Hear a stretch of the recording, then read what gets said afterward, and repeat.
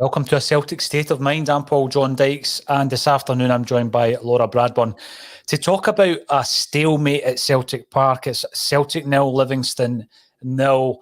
Laura Bradburn, we have spoken before and during that game. 3 massive chances in 6 minutes of injury time.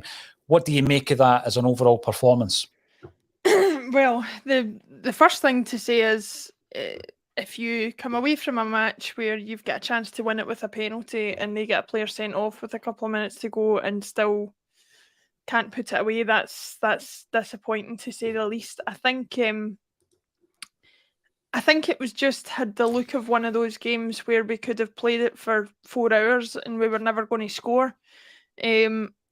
Livingston obviously had a game plan to prevent us taking shots from outside the box because, as we spoke about at halftime, they know the danger of McGregor and Turnbull, and I think they should be given credit for executing their game plan as much as they did. I thought they, indulged themselves in a few antics that were less than honest towards the end of the game, but apart from that, I thought we just looked frustratingly.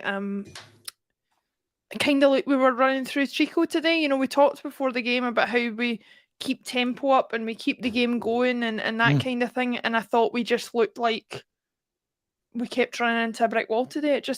It just wasn't happening. That will come into a lot of the points I've been noting here. I watch games like this, Laura, and I think to myself, with all the observations in the world, with all the stats in the world, the key here is, what does Celtic do? What does Ange Postecoglou do when it's 75 minutes at nothing each on the day that we could go top of the league? You've got 11 men constantly behind the ball. You don't have the opportunity to transition from defence to attack on the counter-attack because Livingston are not attacking, basically. And we're being so selective with the shooting in terms of what we spoke about at half-time, 20, 25, 30 yards out, take a shot, that's not going to create an opening. So you can see everything there. The stats are there, your observations are there, but the key question is, what do you do to turn a game like that? Celtic come up against teams like Livingston today, time and time again domestically. And often what happens is you get a goal, floodgates open, because the opposition have to change their game plan because they know that their game plan is basically to frustrate Celtic. Every time the goalkeeper gets the ball in his hands, take your time. Every time a Livingston player goes down, stay down. Everything you can imagine. And by the way, and this will come into the conversation, when the referee is as poor as Bobby Madden was today, that also feeds into the frustration of a game like today. So I was sitting there at 75 minutes thinking to myself, right, I'm going to be speaking to Laura and hopefully we can pull something out the bag in the last 15, 20 minutes here. But I'm going to have to come up with what we should have done better. So I'm going to be pulling in the comments as well. Michael comes in first and foremost to ask the question, why would no one shoot unless they're in the 18-yard box? Now, we spoke about this at half-time, Laura. We've got players who have the ability to score from distance. But you've noticed, let's go back to Ryan Christie's comments earlier in the season where people were lauding his performances and in particular his shooting compared to last season. And he says, well, it's because last season we had a shoot on sight policy. This season it's different. It was pretty clear that it's different when you look at the lack of opportunities from distance today. I'm not going to say we try to walk it into the net. The problem is every time somebody shaped to shoot, to use a very commonly used phrase on the commentary, there literally are 11 men behind the ball and you're in the final third, so they're camped in a very, very short space. I don't think there was a situation today where someone should have shot and you're screaming shoot, because there simply was not that opening in the game. So the question remains, what do you do in a scenario like that? I totally agree. I actually thought, although I think we could be accused of what Michael's saying there of not shooting when we should have in the past, I think today it didn't really apply. I thought there's only so much you can do when they're pinning themselves back in the box, and I think that's been a very deliberate tactic on David Martindale's part. a lot of the best goals we have scored this season have been on the counter attack. But if they've got nothing to counter, then we can't do that. Like you said, I mean, I can't remember the last time an opposition team camped themselves in their own half the way Livingston did today for a long time. Most teams, especially in the past 18 months, as our sort of mystique has or our dominance has faded slightly, people have come to Celtic Park not fearful. Livingston came today fearful and just completely shut the game down. Now, I'm not saying they should or shouldn't do that. I don't believe this whole pro football, anti-football thing. You do what you can to get the result that you need from the game. But in Ange's defence, I think most managers would have struggled to find a solution to that today because they were too deep to pass around them. You couldn't counter-attack against them. They were blocking every shot that you were hitting. It was just a very, very frustrating day. It was. Now, I'm going to bring in Stephen Sloan. Are we still raving about Giakoumakis? Now, what I would say is we weren't certainly never getting... We weren't overreacting to anything Giakoumakis had done, but up until that moment where he's missed the penalty, and we'll talk about it, he hadn't really done that much wrong, to be honest, Stephen, I don't think. And I remember, and I'm probably sitting like every other Celtic fan, wondering why he's taking it. And I remember feeling like that in the Broom loan when Samaras and Commons came together. And we've seen this a few times where there's two players wanting to take a penalty. And you're kind of screaming, Commons has got to hit this. He was in a rich vein of form. Samaras takes the penalty and misses it. It's saved and we draw nothing each and we lost the title that year by a point. I'm not going to say that this is similar and it's different opposition, but I had a similar feeling when Giakoumakis stepped up to take that penalty. Now, there's so much behind the scenes that we'll never know about. I mean, designated penalty taker should be known prior to kickoff, and it isn't always the case, Laura. I've seen Johansson and Griffiths arguing over penalty. I've seen Simon Lynch and Sean Maloney arguing over penalty. So Giakoumakis must have been confident enough. And if you look at his stats last season, his vintage campaign in Dutch football, he scored a lot of penalties. So he's obviously got a good record. And it's great with hindsight. He tucks that away. We're not even having this conversation. But obviously the other one that you're looking at is Juranovic, who's got a 100% goal scoring rate from the penalty spot. So you brought it up, Stephen. We will talk about that penalty. But let's talk about it in terms of the 6 minutes of injury time. So when that goes up and you've got 6 minutes, at that point, I'm not going to say I was still confident, but I thought to myself, right, one final opportunity to get this goal that has, that we've been chasing for 90 minutes. And I believe that the situation that got us the penalty was an interesting one to look at first and foremost. So for me, all day, I thought Celtic, you've just got to look at the possession, 85% Celtic, 15% Livingston. However, somehow, someone can maybe figure this one out for me. We've both been penalised for 10 fouls. So we've got the ball for 85% of the game. So when we're out of possession, basically we're just hacking opposition players. No, it comes down to the standard of the refereeing, Laura. So every single tiny little niggle that a Celtic player had, he was calling up a foul. And I'll tell you, there was a few occasions where Kyogo was on the wrong end of that. And I was becoming quite frustrated for Kyogo because I thought to myself, that's never a foul, but he was getting pulled up for it.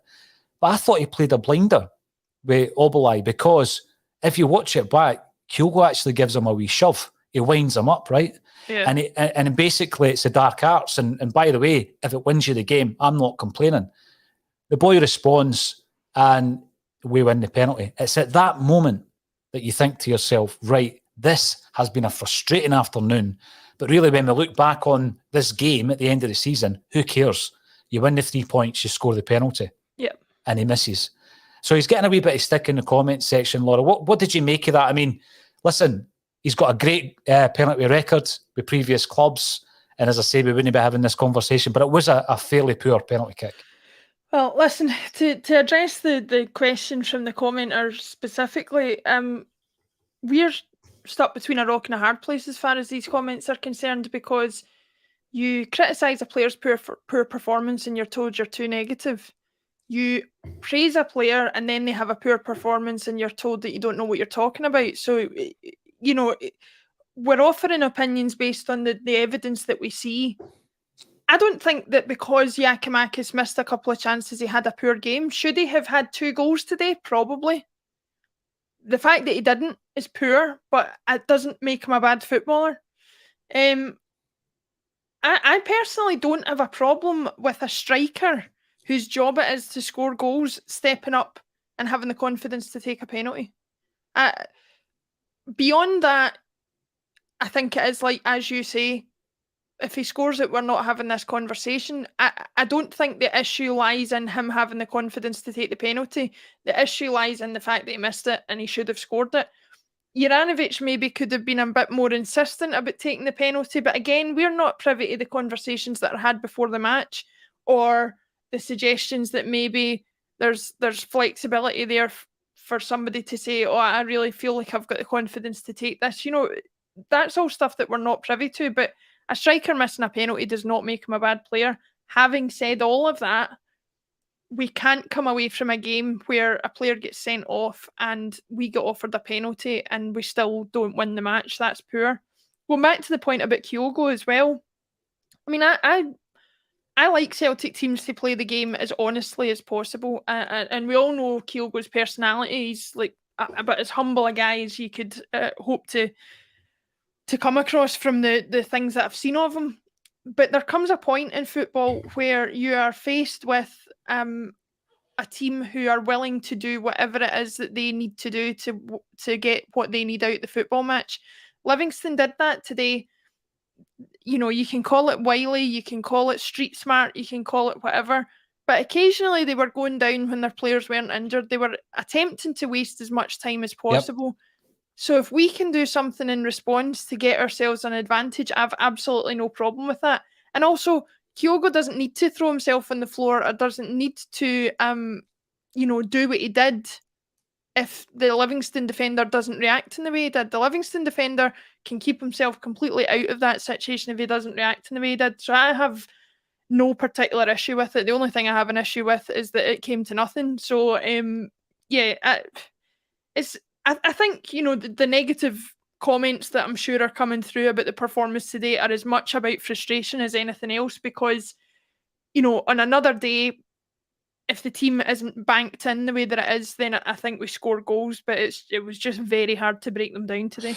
It was, and Obalai was one of the main reasons for that. Laura, when you watch it back, I think if we changed our game plan in any way, shape or form today, it was probably to absolutely load that box with crosses. I mean, I counted them in the first half, there was 17 or 18. And then in the first 4 minutes of the second half, there was another 4. So we're probably looking at, upwards of 30 crosses into the box. And I think the reason we did that was to use Giakoumakis as a target. To go back to what Stephen said, and we appreciate every single comment, by the way. I'm not shooting Stephen down in any way, shape or form.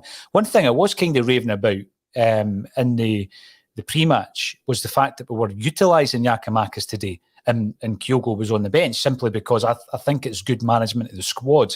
You don't expect 75 minutes in to have 85% possession and nothing to show for it at that stage. And that's when obviously you start to look at making the changes. But the simple thing of the transition, for example, Laura, and I noticed this, Joe Hart gets a by kick. So Livingston knock the ball out, and he's been doing this all season. The ball boy, like that, gives him the ball back, and it's route one up to Giakoumakis. Now, that isn't your old-fashioned long ball football. What that is that 75 minutes into the game, you've not been able to counter. You can't change defence and transition it into attack because Livingston haven't been attacking. So you've not been on the back foot and been able to break. And I think Hart's, his experience has allowed us to create that one of few openings in that occasion. And to be honest with you, going back to what you said about Kyogo winning the penalty, I don't mind that. If it comes from Route 1 football, we win the game 1-0, we all go away happy. And in the good moments of the season, we play exciting football. It was still a very controlled performance. There wasn't much to write home about. I'm going to bring up something that Joe Porter says. we've had a really tough run of matches recently. We have a small squad, and we did look a bit tired. We are in the title race. I totally agree with that. I'm not going to get too. I mean, listen, I get frustrated whenever Celtic fail to win a game, no matter what competition it's in. But I'm not going to overreact today. No, we've drawn nothing each against Livy. We've seen it. We've seen performances like this before, Laura. And Joe's right in what he says. It's pretty tight at the top. Had we won him, we were sitting pretty in the top of the league. I don't think anyone would have expected that when we were, pretty early in the season. We'd already lost the Tynecastle Ibrox and the Tony Macaroni. This is the first team that knows basically how we're going to shape up, because it's the second time we've played them. I think they to give them any kind of credit, although it is proper anti-football, Laura, there's no denying that. They do it very well. David Martindale does it very well. And it is completely anti-football. But what frustrates me above the penalty miss, we had another 2 chances after it. Yeah. We had another 2 chances whereby there's a chance for Forrest and then Giakoumakis. Both of them kind of swipe at it. And then in the dying embers of the match, Turnbull gets a chance and he flights it over. And that chance he got was from yet another Ralston cross. And we can't forget, because we're disappointed, about some of the good things in that performance. And one of the good things for me was the performance of Tony Ralston up the right. Yeah, Tony Ralston, I mean, like we said at half-time, was the best player on the park, I think, and certainly kept that performance up in the second half. He's getting to the point where we're not even talking about his defensive performance, because that's as assured as it is, and he is offering us something going forward. So I think he's he's probably the last person we need to talk about in terms of anything concerning, because he really was fantastic today, or as good as I've seen him anyway. The chances at the end of the match, the one that I kind of couldn't believe was the Giakoumakis one, where it kind of rolls across him. And the phrase "he was on his heels" gets used a lot in football, but he really looked like it. He should have been on his toes, leaning forward, looking for that ball. You can almost be assured that if that had been Kyogo in his position, that would have been a goal, because he'd have been looking for that rebound, looking for the chance coming in. Giakoumakis, I don't know whether it's that he's not match sharp or he's not had enough game time, but he just looked as though he was almost surprised that it came into his path. And so that one I was a bit disappointed with. And I think, to be honest, we just looked as though even when the ball was breaking for us, we weren't going to score. The 2 most encouraging bits of the second half for me, though, were Mikey Johnston and James Forrest. Mikey Johnston first was a player that just injected a little bit of zip into the team that wasn't there in the first half. He came on, I think, for Abada, according to I know he went on at the same time as Kyogo, but he came on for Abada, and I thought he just had everything that Abada didn't have in the first half, and was trying to take players on, trying to create chances, and was successfully doing so. It's not his fault that those weren't getting finished off. And James Forrest came on and was James Forrest on the right-hand side. I can't wait to see him get back up to match fitness and really open the taps as far as that's concerned. But it was all just a little bit too little too late. And that's not the manager's fault. I think he made the changes early, which is something that we wanted. But I'm the same as you. I've come on here before. We were only talking in the group chat the other night about a game against St Mirren that we lost last season, where I came on and I was absolutely furious. And today, although I'm frustrated with the result, I'm not annoyed. I don't think we played poorly. I think we couldn't break down a team that was willing to just park the bus in every sense of the word. And some days that's just going to happen. When it does happen, and this is something that, again, it's a difficult one to answer, I guess, when you've got such incessant pressure, you're 85-15 in terms of possession. You're finding it difficult, however, to create chances, Laura. And you do have some creativity on the bench. You've got plenty of creativity on the park. Is there more that could have been done today? I mean, it's frustrating. There's some points coming in. Yes, Livy were or are anti-football masters, but that's how they live and die. They're all about, they had a phenomenal season last season, but they're about staying in this league. And if they can come to Celtic Park and frustrate us the way they did today, then they've won a watch. They've done their job, and it's our job to break them down and to find a way. No filter comes in, no filter rather. This game will be the one at the end of the season. I know what you mean, because there are games. I remember the one I've referred to there where Samaras takes the ball off Commons and takes the penalty at Ibrox. We lose the league. We lose the league because we missed that penalty. So absolutely, I get what you mean. But I still think if anything has taught me anything this season, Laura, is don't call it too early. Because the form that we've shown since beating Aberdeen up at Pittodrie to get us drag us right back up, because we were sitting in sixth place. We went down to London 3 or 4 weeks ago. We were in sixth position in the league. We could have gone top today. So if that's taught me anything, it is. And it's not about accepting the fact that 0-0 against Livingston is good enough, because I don't think it is. But I'm not going to overreact, because we are at a stage of the league where there's quite a lot, I feel, in the last month to be very positive about. However, the question remains, we're going to face this again at some point in the season. What do we do to find a way to win a game like that? I think what I would hope is going on is that for all that Ange says there isn't a plan B, that he is actually looking at a plan B, because the style of football he likes to play would not have worked today under any circumstances. We talked about how we quite often play on the counter-attack, and that's how we find our space, and we use quick passing and pace to get up the park quickly, having got the ball back.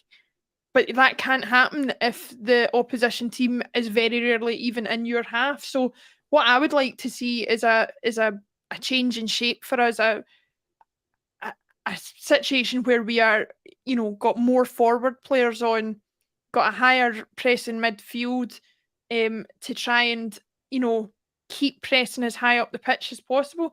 Having said that, though, I mean, I'm struggling really to criticise it, because they were pressing high up the park. Carter Vickers and Starfelt in the first half were, in Livingston's half. The whole team was pressing up against theirs, and it just wasn't working. I think my overwhelming feeling, to be honest, with the whole situation is, when you talked about going down to London a few weeks ago and us being in sixth position, if you told me that we'd come out of that run of games with wins against Aberdeen, St Johnstone and Hibs, 2 of those being away from home, and got a point against Livingston, I'm not sure I would have been all that disappointed. I'm not saying that we shouldn't beat Livingston at Celtic Park. Of course we should. But looking at it in totality, I think we've turned a corner. And I think even the mere fact we didn't look like we're going to lose that at any point today is a positive to take from it. That's true. There was, in my mind, no danger that Celtic were going to lose that game. We were in complete control. But my frustration is I think we are going to face a similar scenario moving forward. And I think we've got some of the most creative players in the league, Laura. And if these guys can't find a way, if they can't pick the lock of a defence, which is 11 strong, whilst, by the way, and we'll get on to this, whilst there's a referee that's, managing to give Celtic as many fouls as Livingston, when you consider that Livingston are basically chasing shadows for the majority of that game, yet we've fouled as many players as they have. I just don't understand that. Then my biggest concern is with all that flamboyance, with the entertaining football that you get from the likes of Jota and Kyogo and Abada, and then when Mikey Johnston and James Forrest comes on, we should be able to find a way. It's sometimes simple to say, why don't we shoot? Yeah, why not? Because, I mean, that's what opened the deadlock against Ross County. Cameron Carter-Vickers, speculative kind of effort, it ends up in the back of the net. Sometimes that's what you need. But I think that moment where the game turns happened in the 92nd minute when we get the penalty. And that's always going to be the big talking point. I hope at the end of the season we're not referring to it as that moment of the season that everything could have been different. Gary O'Hagan comes in. More teams than Livy will play that way, and it is up to us to break it down. Gary, anyone else out there? Gary, yourself, how do you break it down on a day like today? That is the big question, and I'm sure that Ange Postecoglou will be asked that question at the end of the game. Now, strangely enough, Laura, a wee Nostradamus moment at the beginning of the game, we were looking at that bench and we said, what if Starfelt pulls up with an injury? And it's exactly what happens. Were you impressed at how Ange Postecoglou dealt with that, though. It wasn't the obvious Welsh for Starfelt, which, by the way, would have been playing Welsh out of position. Yeah, I mean, he obviously showed, an ability to adapt, which is a phrase that's been used on this show numerous times, and to slightly change things up. I think he dealt with it the only way he knew how at the time, considering we were still looking for a goal as well. But as for Starfelt, I'm hoping it's not too serious an injury, because I would hate for him to have come into the team, taking a while to find his feet, and then just at the point where you feel he really is getting composed and looking at home in that defence, for him to pick up that injury and be out for any considerable amount of time. I have no concern with Welsh coming in if he's played in position to replace him while he's injured, but I really hope that it isn't, because it isn't a major issue, because I don't think we can afford to lose him when, Julian, for example, is not likely to be back for any significant amount of time, and Liam Scales looks like he's not up Ange's street. So here's hoping. I've not heard any news yet, but hopefully he won't be out for too long. Well, this again is the frustration, because a big part of the issues that we were facing, Laura, was the fact that Ange Postecoglou didn't have the options available to him. So there was a huge kind of turnover of staff in terms of players. But there were some games, I think Real Betis was one of them, where you're looking at that bench thinking, what on earth is he going to do? You're not going to throw in Urhoghide or Liam Shaw, who have never kicked the ball for Celtic. And then you start to see the players coming back. Mikey Johnson comes back into contention. James McCarthy, James Forrester back on the bench. You're looking forward to Julien coming back in. And then we lose Rogic on Wednesday night. We lose Starfelt today. And it's almost like, one step forward, two back. If, for example, Starfelt misses a few games, then, obviously we've got a big game next week. Who do you play there? Because I don't like playing players out of position. We've been burnt so many times, with Beaton, as an example, playing at centre-half. I don't want to do that. But if Welsh plays on the left side, the centre-half, then he's playing out of position there as well. So is that an opportunity for the likes of Scales to come in? I mean, again, you've got to look at this situation, and already we've got one of our defenders playing out of position. Yeah. Juranovic. You don't want to start with four defenders and two of them, playing out of position. So I hope that isn't an issue, but it was always going to be the case where you're basically going into this season with a wafer-thin defence. We finally find that partnership, and one of them could be injured. It is a frustration. We can't just hang off until January or until Julien comes back, because I reckon we're still waiting until the next international break before he's back. I think, to be honest, Scales makes the most sense from a natural fit point of view. He's a left-footed player, and so it would make sense for him. He can play at left back or at centre back, so I think he's the most natural fit. Having said that, Cameron Carter-Vickers strikes me as the type of player who wouldn't be particularly phased if he was switched from the right side to the left side. And maybe if you do that and put a bit less pressure on Welsh to take that on, because he's been out of the team for a while, that might be another option. But we are limited in terms of what we can offer, because,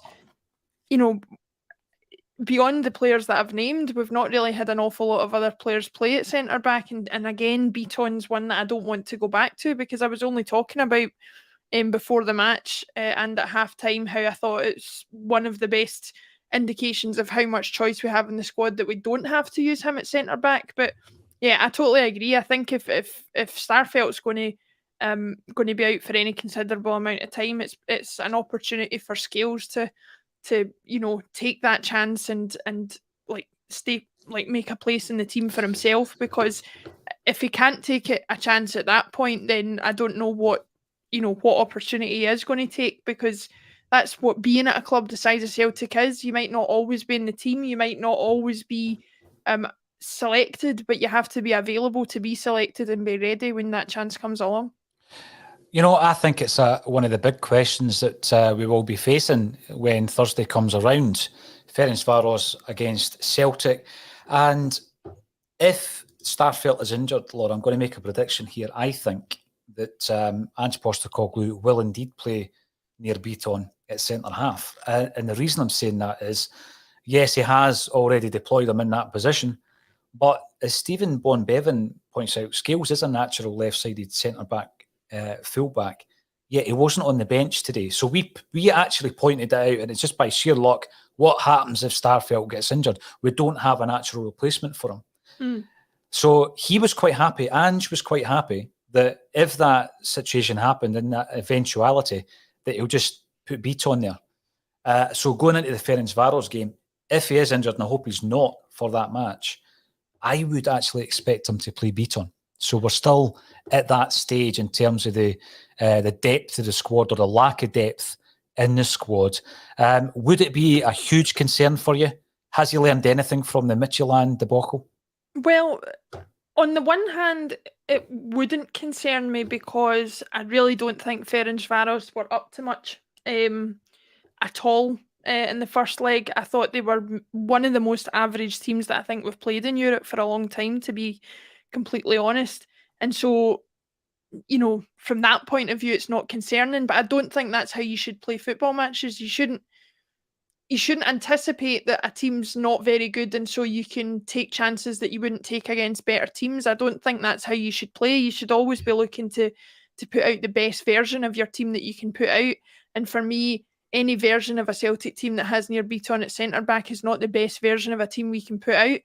I have to admit, though, given, you know, the lack of flexibility Ange seems to have at times in his choices and the decisions that he makes, I'm inclined to believe what you say as well, that like Beaton is probably going to be the option. But then that leaves us with another issue, because if that happens, you've got to look at who's going to play in that defensive midfield role that he played in today. Do you bring in McCarthy, who hasn't had a great impact so far? Do you bring in Sorrow, who, we all know can be a bit of a wild card with tackling? And let's not forget, this is an away game in Europe where we haven't fared so greatly in the past. So regardless of the standard of the opposition that we think we're facing, we need to make sure we're putting a quality team on the pitch. So it's not even just about the position of the player who's injured and how he's replaced. It's about how it reflects and affects your selection throughout the rest of the team, because it could have a real knock-on domino effect in that sense.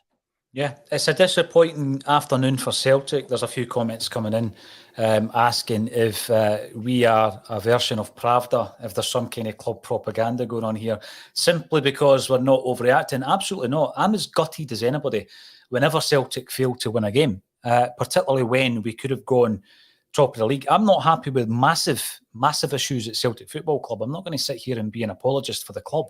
I mean, you know, there was a group of fans today who had a silent protest for 30 minutes. And when you're looking at that, they're protesting for a reason. There's a lot of things that I and other Celtic fans are unhappy with at the club. So I'm certainly not going to sit here and worry about the impact of anything that I say in relation to that performance today, you know, when it comes to what the club might think, because I'm giving you my honest view. That's a disappointing result. At the end of the season, if we lose the league by a point, or two, when you look at our goal difference, we will look back on it, but it is early days, and I think we've seen enough improvement in the month of October to suggest that you know, we are on the right road, and this is just a wee bump in the road at this moment in time. We've yet to beat Livingston after 2 attempts. That shouldn't be the case. I'm slightly concerned about Thursday, particularly with a couple of injuries there. Like you say, it's a two-pronged issue. If you do move Beaton back, you're throwing McCarthy in there, who is just coming back to fitness. Sorrow would be coming in from the cold. That's a concern. Our very own Kevin McCluskey will be at the game in Hungary. So we'll see what we can do in relation to that in terms of some kind of reaction from him, Laura. But on a disappointing afternoon, I've got to thank every single one of you for tuning in on the various platforms. If you are watching on YouTube, get yourself subscribed, because tomorrow, I think it's Halloween, there's 3 prizes going out to 3 lucky subscribers, simply for subscribing free on YouTube. You might be in to win an Etiv watch, beautiful watch from a Scottish company who are manufacturing their own brand and watches. We've also got a Bobby Lennox signed framed print, beautiful frame. What's the third prize? Oh yes, Bend It Like Bertie, 2 tickets to the show in Greenock. So get subscribing on YouTube. We'll be back on Monday at 12:30. And if you haven't done so already, get onto the YouTube channel and watch last night's interview with the one and only Brian Chalky McClare. All that's left for me to say is thank you once again, Laura Bradford, for joining me on A Celtic State of Mind.